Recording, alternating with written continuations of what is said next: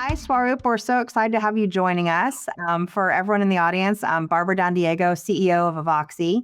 Avoxy is a cloud voice platform largely for contact centers around the world. We're really excited today to talk to Swaroop, who is running basically the APAC Service Center lead and also Global Tech Ops for JLL, Jones Lang LaSalle. So welcome aboard. Welcome to our call. Thanks, Barbara. Thanks for having me. So, you and I met in Australia a few weeks ago, and we were talking a little bit about the market and the industry and all the changes going on in contact center and overall customer experience. So I thought it would be so great to have you on our podcast here and talk a little bit about some of those ideas that you had. But so let's go ahead and get started. So the first thing we'll do is let me have you tell the audience a little bit about your background. So maybe just tell them a little bit about what you do and how you got there. They'd love to hear that. I started with JLL about 21 years ago in 2004 as a desk side support engineer.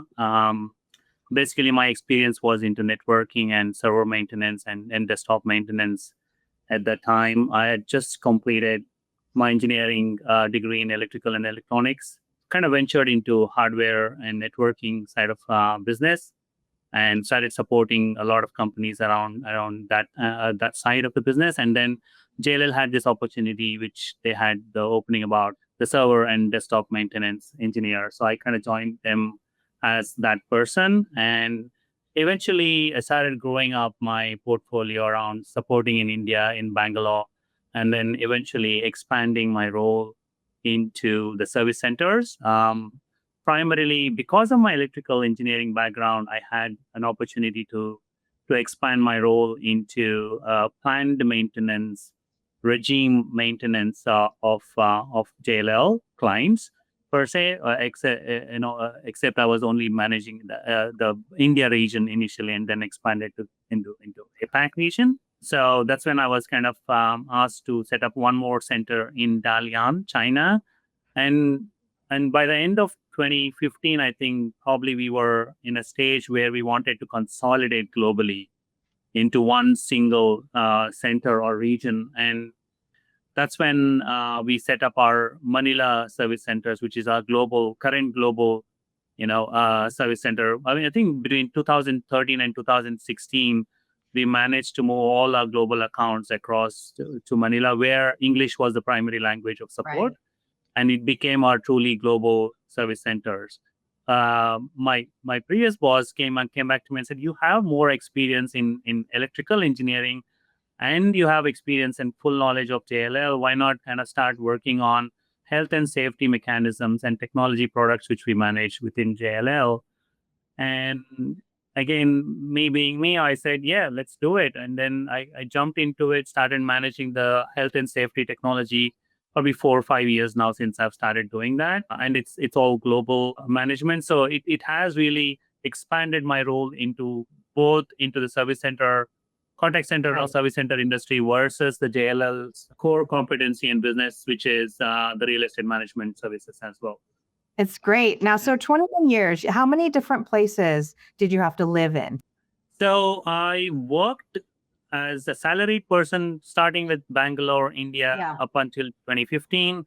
Then I moved to the Philippines, started managing the Philippines operations from since 2015 till 2022. Right. Then I moved to Canberra within the firm because I think I wanted to settle down and have my kids grow up and everything. So it ended up being me in Australia, and it was good for me because our vendors, partners who are for both service centers and our HSSC product tools are based out of Canberra, in Australia. So that really helped me, expand my connections with them too. Such a great experience. I mean, I had a guest speaker on one of our leadership calls the other day, and I always ask, I give advice to some of the younger members of our company or younger in their career. And he said, I said, because sometimes people don't know to take the left turn or take the right turn. He said, just take the turn. I mean, he's like, just when you get, so I feel like your career, you got all these opportunities and you just kept going. And that's really a great story. Absolutely. No, there is no way you should say no to something when it comes to it. I think within JLL, the culture itself is like that. They just ask you to do things, but they'll also be able to support you in every endeavor you want to do. And that's been all along. It's not that I had to do everything on my own. I had great support from the Right. leadership team as well as from my teams and colleagues and peers as well. So absolutely fantastic support. Otherwise, I would not have been that Yeah, way. but great, but good for you. I mean, moving to 3 different countries that's a lot. It's a lot too. It is. That's great. It is. That's great. And it's a good opportunity actually. Right. Again, going back to the same notion that when I got an opportunity to move to Philippines because the Philippines operations needed one person to lead the operations, I just jumped in directly. The Yeah. reason was because it would give me that exposure internationally Right. too. That's right.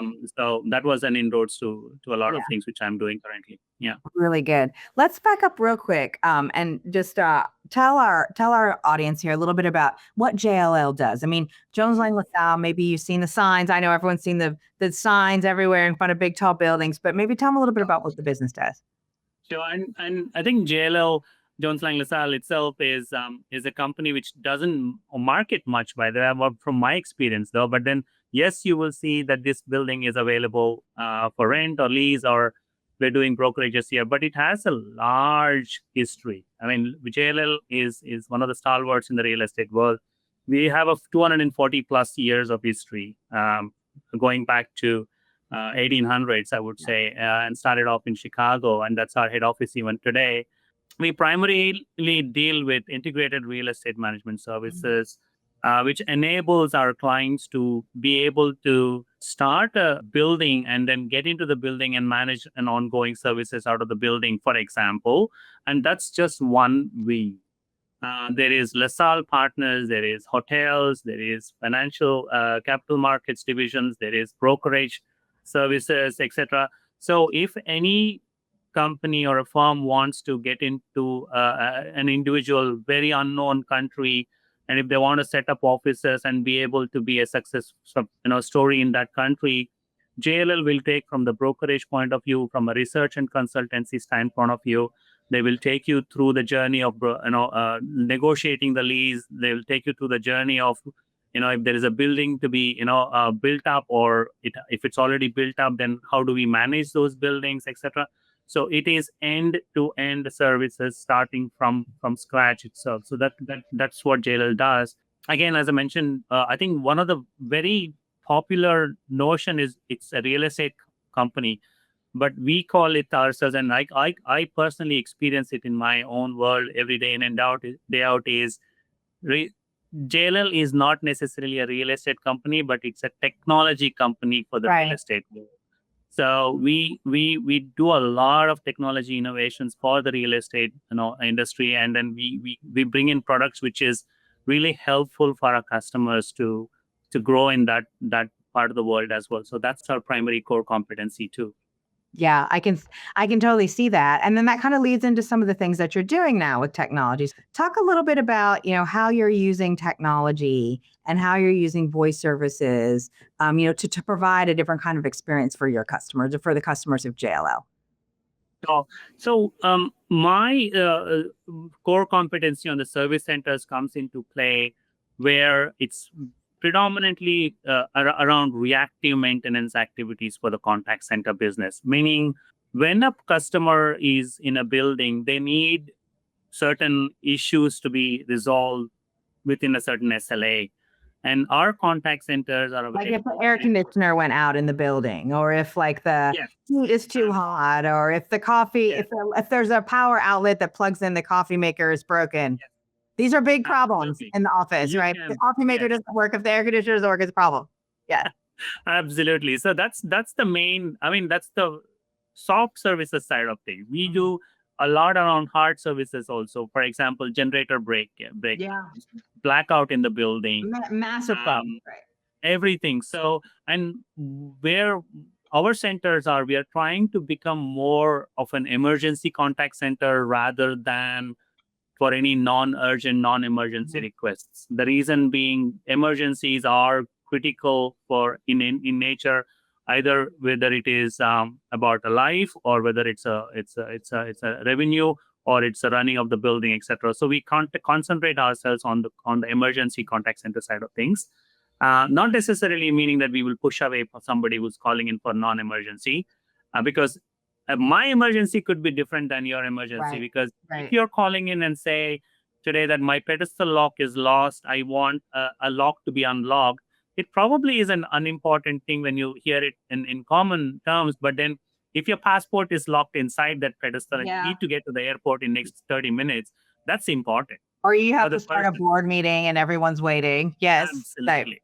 So that's really how we work and function, is to make sure that our callers get that experience, that if they're, let's say, if they're stuck in a lift and trapped in a lift, Mhm. for example, they get that assistance from our vendors and contractors or through our own JLL technicians to be able to, relieve them of that particular issue, at least have some temporary measures around it, put some safety guardrails around it, and make sure that they are safe. That's really what our service centers do. And then we go a little bit I mean, in the recent past, I can give you one of the examples is, one of our guys got a call from one of the vendors who was trying to reach out to his client and saying that it will be his last call. For example, he won't be able to make it till tomorrow, for example. So this guy got Mhm.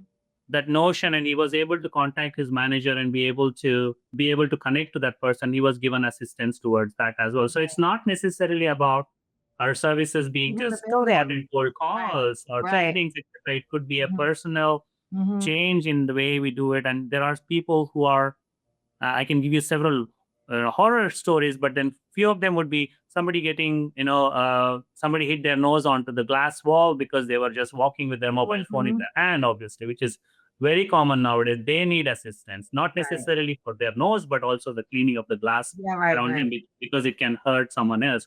Somebody getting mugged in an ATM nearby, etc. So all those calls are very common for us.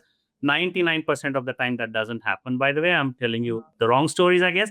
But the Right. real story is, yes, we want to have the continuity of business for our customers. Yep. And the real story is that they will get best customer experience when they call in and get that problem attended to where necessary. Fantastic. Yeah, that's fantastic. And what a great Yeah. and what great work to do. That's really meaningful. Oh, yeah. You're really helping Absolutely. people all the time, which is great. Absolutely. We talked about calls in the call center. So why are you using a voice to do this versus So, yes, that's a very good question. And we are trying to innovate around that as well. So, voice is has been since 2008, or whenever we have incepted our contact centers globally. It has always been a voice of call. And now, with all the innovations happening with the chatbots, virtual agents, and the AIs and co-pilots, etc., we're trying to minimize voice where it's not necessary. Mhm. And we are trying to invest where we can innovate into a little bit of an assisted, call services, rather than somebody picking the phone for our customers. And again, as I mentioned, our core competency is emergency contacts, Right. or emergency calls. So if at all that is sent to a bot, it may or may not handle as good as a human being would be. So we would still Right. want to continue with that services, but we would also want to direct our customers and callers where necessary to a non-emergency queue, where we want to kind of, have a bot or a virtual agent answer those customers' queries and complaints as necessary. So definitely that's something which we're working upon at the moment. Yeah, what we're seeing with a lot of our customers is they're actually able to expand voice, meaning using a phone call as a conduit into whether it's an agent assisted by AI or a machine, whether it's a pure machine answered call, or whether it's a human answered call, but they're still using their phone as the way into that, because it's real time. You That's have correct. urgency. So we're seeing that sometimes their agent cost might come down because they're using less human manpower, but their actual call minutes are increasing as they're opening it up for more services. That's correct. And I think JLL has done a lot of optimization around that, especially our service centers, Mhm. where we are manned for 24/7 operations rather than volume per se, because volume, we still have capacity because of our optimization, mechanisms, which is what drives us every day, by the way. AI, for example, in the recent past, we invested in a mechanism where our call is summarized and we get a call Right. summarization Yep. information so that we don't have to type in that entire information into our CRM systems, for example. Or we are also reducing our call duration by knowing what the customer wants. Let's say, for example, in our conversation, we are talking about air conditioner. We are actually assisting our operators with knowledge surfacing mechanism where they are actually be able to ask the right question. Okay, is this an air conditioner which is in the ceiling or on the floor? Is Yeah. it somewhere, outside the building? So those information are very critical for our vendors and contractors, That's because right. if we don't give them then enough information, they might come up with a cancellation because they might not have had the full information. They have to go back and bring those equipments back in, or additional information needs to be followed through. So in that sense, AI is really enriching our call experience, call customer experience, and it's also giving accurate, more appropriate information to our vendors and to our customers, Mhm. that this was the call about and this is what we want to achieve out of it, rather than, Barbara, you telling me something, I will understand about 50% of it, Right, and right. then that 50% will go across as 25% to my vendor. That's the loss of That's right. translation experience, which may not, which is not currently happening with the AI surfacing. It's amazing. I mean, we started doing a lot of call summarization with AI at Evoxy as well, and I'm continually amazed by the accuracy improvement over just the past 12 months. Oh yes, I'm amazed by it. yes. And I think that there's so many great use cases for that. Absolutely. I must err on the caution on that one because it is a boon, but we are also telling our operators, don't take it on face value, because AI knows what we know. Yeah. AI doesn't know what we don't know. It can't search and make things up for itself. It needs to know, or it needs to be fed with that information. So that's what we are doing. That tribal knowledge, which used to be there in the people's mind and while handling the call, that equation is being taken away, and we are making it dummy proof for an operator. And their training requirements are reducing, meaning we were training for 2 weeks, for example, that has reduced to 10 days or even less nowadays. So that's really important as well, because our onboarding is faster and quicker because we have AI helping out in that equation as well. Yeah. Have you found, I know what we found here, and some of our clients have found that they could actually use an agent that's not quite as skilled to handle a more high skilled call. Yes, no, Instance. every call is important for us. So it's not necessarily, we do not have a You don't skill segment them out. Yeah. No, we don't have that. We definitely have the language metrics, because we definitely need somebody to be attended to by that particular language within Italian. Again, that's something which we haven't, I mean, AI hasn't kind of done that a good job in kind of solving the language problem yet. Right. It's tricky as, and how many languages do you support right now in your center? We have predominantly English, but we do have Cantonese, Mandarin, Korean, Japanese, out of Italian. We do have a little bit of French in North America as well, which is in Canada. So yeah. Canada, right, right, right. Yeah. Yeah, I agree. The AI language is not there, especially trying to even account for the accents of English. I find to be not quite there. It is yet to refine itself, but I guess with the latest innovations which is coming out of, for example, Apple's come up with the AirPods which can translate for you. I believe certainly that feature is not far off. My kids want those. It's possibly be able to translate it for us. Yeah, my 15-year-old wants those AirPods that translate for you. There you go. I don't know why he needs them, but he thinks they're cool. Yeah, absolutely. And it makes them more conversive in their conversation, because it's very limited at the moment. In fact, I am limited with my English too, by the way, because I'm thinking in my own mother tongue in Kannada when I'm speaking to you in English, while I try and speak as much as possible in English, but my mind still revolves around that language. So it's hard sometimes for a person who's not having the English as a primary language. So that's really helpful. I totally agree.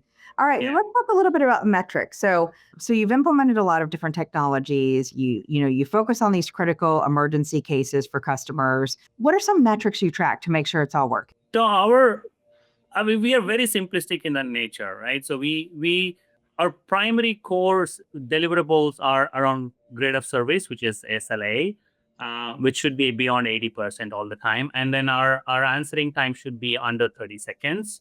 And our abandonment should not be more than 5%. So those are the three main metrics which we work upon. And that's for our client-facing, statistics per se, and we tag ourselves for ourselves on that MSA for those reasons. But we internally also have quality as our measures, which should be not less than 85%. An individual's score as an operator should not be less than 85% scoring, which we actually always beat about 90-95%. Yeah, out of 100. Like out of 100, they Yes. have 85. Got it. Yes. So and we have rewards and recognition mechanism in play where it allows us to kind of reward those operators who are actually doing really, really good in quality as well, because that's really important for us. While AI has stolen some of those quality metrics from us, Right. but the customer sentiment analysis, which we are actually using ourselves on measuring those sentiments and whether there was any rude or foul languages used, etc. We do get those analytics as well, which is not primarily being used in our quality analysis per se, but at least we do know that conversation went good or bad, or at least it started bad and then it became good. And that's really important. That's what we are trying to work ourselves towards at the moment. So those are measuring metrics for sure. So you've been our customer for quite a while. What are some things we do that you appreciate? We'll start with something good, and then we'll talk about some things you want us to work on. But this is something you appreciate. We'd love to hear that. Yeah, absolutely. Avoxy is our largest toll-free number providers globally. And I've had with Avoxy's, I know, Barbara, we met very recently, but I know Avoxy team. That's right. Alvin and team since 2010. That's right. Or 2012 from memory. So it's been a journey with Avoxy. I think two things come to mind, which is very important, but there's a lot more than that, by the way. One is the quickness in getting the number, the speed at which you guys execute the numbers for us in terms of delivering a toll-free number is really important. And I think the most important one is the coverage. You actually have coverage globally across wherever we have asked for. 99% of the time I've had answers, yes, we can do it. We will provision these numbers and get that sorted out. That's only the USP of Avoxy and why JLL, I mean, especially me and my team wants to go to Avoxy. There are other things like if there is an issue, the way your network operations center works to resolve those issues, making sure that the testing is done appropriately and the logs are given to us. Your account managers and then customer success managers are always accessible. I have never seen a problem where I've escalated something and it has not been resolved, or at least have not got a response that we are working on it. Yeah. So no complaints there for sure, Barbara. Great. Thank you for that. We appreciate that. What are some things you'd like us to do differently or look at or expand into? I guess if we spoke about in our last call, I'm pretty excited about what you guys are doing in the space of AI too, and we would like to definitely expand, our knowledge about this because everything's new for us too, and we are not jumping ahead and saying we want to do everything together, but we definitely want to explore that opportunity with you guys. And I know for a fact that you are doing a lot of investment in AI. You're also doing an investment in the contact center solutioning side of things. I would really be excited to know what you are doing in that space and what innovations you're doing. I would also probably, we are looking at one of the things is how can we minimize our spend on the toll-free number fixed charges first in terms of overall deliverable. We have some use cases. Again, going back to my business model, we ask our customers to call only for an emergency. Now, how many times an emergency happens to a person or a building in a day? Very rare. So in that sense, I still have to maintain those people. I still have to maintain those numbers, but the call may never come to me on that particular day, on that particular client. So I really want to look at ways to optimize that angle, and I know if we can do it. I'm pretty sure Alvin's working with me on that already. Yeah. But yeah, so that's something which I think is going to be very, very useful for us for sure. Sure. I think all that's great. I know you and I talked a little bit about some of the new security tools we're looking at and things like preventing fraud from coming into the contact center. Secure calling. Is for that, right? Also figuring out Absolutely. if there's a machine calling versus a human calling. And then some of You gave me a good idea over there, and yes, I must add that now calling the world itself has become a challenge. I'll give you an example. In the recent past, we've been having challenges with using our Hong Kong numbers to dial out of China, for example. That's right. Yes. It's not that it's a fault from our carrier or from our toll-free number provider. It's just that the way things are working in the geopolitical world nowadays, that it gets blocked. Any calls which are less than 50 seconds or something is getting blocked at the moment. So I guess I really want to solve those problem with secure calling methodology and features if we can. So I am trying to solve that problem too. Absolutely. Definitely. Yeah, we have a product called Intelligent Caller ID, which keeps track of, I find it's actually almost impossible to try to keep track of all the different rules and reactions that are going on in the world. I mean, you can keep track of a lot, but it's so fast, right? But what we can keep track of that we can control is the data. And what that means is that we can look at things like, okay, these calls now are getting blocked if they're under 50 seconds in this scenario and these parameters in this time zone. And so that's what we do with our Intelligent Caller ID product is we look at all the data of all the calls that are happening, and then we tell you to suggest you to use the best possible caller ID to get the answer rate that you need for customers. So that'll be a great product to talk. That's a brand new product that just came out. Great. All right. So looking ahead, we talked a little bit about AI. What are some other things you might want to think about testing or piloting, over the coming months that you're excited about for your role? I'm kind of currently on another project, which is on the HSSC side of things, but my telephony side of things predominantly, and what relates to you guys are primarily around agnostic way of doing our services. Currently, our investment is on a single CRM platform, which is called Corrigo within JLL. It's a JLL owned product. However, we have customers who have multiple, CRM platforms, and they ask us to manage those. Because of the nature of our multi-client operations, we are currently unable to provide services to them for all the platforms they ask us to provide in, for example, SAP or ServiceNow. Okay. Etc. So we really want to. One of the things which me and my manager and one of my colleague in North America, Kane, is we are trying to solve is to have a system agnostic way of having those calls logged through an individual channel, and then that channel gets dissipated to any client specific CRM tools as necessary. That will reduce the number of training which I have to do between the telephony platform and the CRM platform. It will be one single platform for both of them. So I'm trying to solve that as a problem as well. No, I love that. I think that's where we try to, we always say we're platform neutral. However, we want to connect our platform into any other platform. We can do that and provide, the two-way data to make sure that you're enhancing the call with whatever information you need from your CRM or your help desk tools. Is there anything else you'd want to share with us, or any other, other things you want to share about things that you think are important in the market? From our perspective, again, going back to the optimization piece, which I mentioned about, that's the real key feature which we are trying to solve at the moment. So if we can leverage your help on any of these aggregation mechanism, which we can do, that really will be helpful. And moving forward, there will be investments, but investments into any optimization processes per se. And that definitely is something which we want to look at for sure. Fantastic. Hey, we're at the end of our call. Thank you so much for being here. I really appreciate it. It's been great chatting with you and learning more about your background and all your the evolution you've done, as well as how you're using things like AI and voice together to improve your customer experience. Thanks for having me today. You're welcome.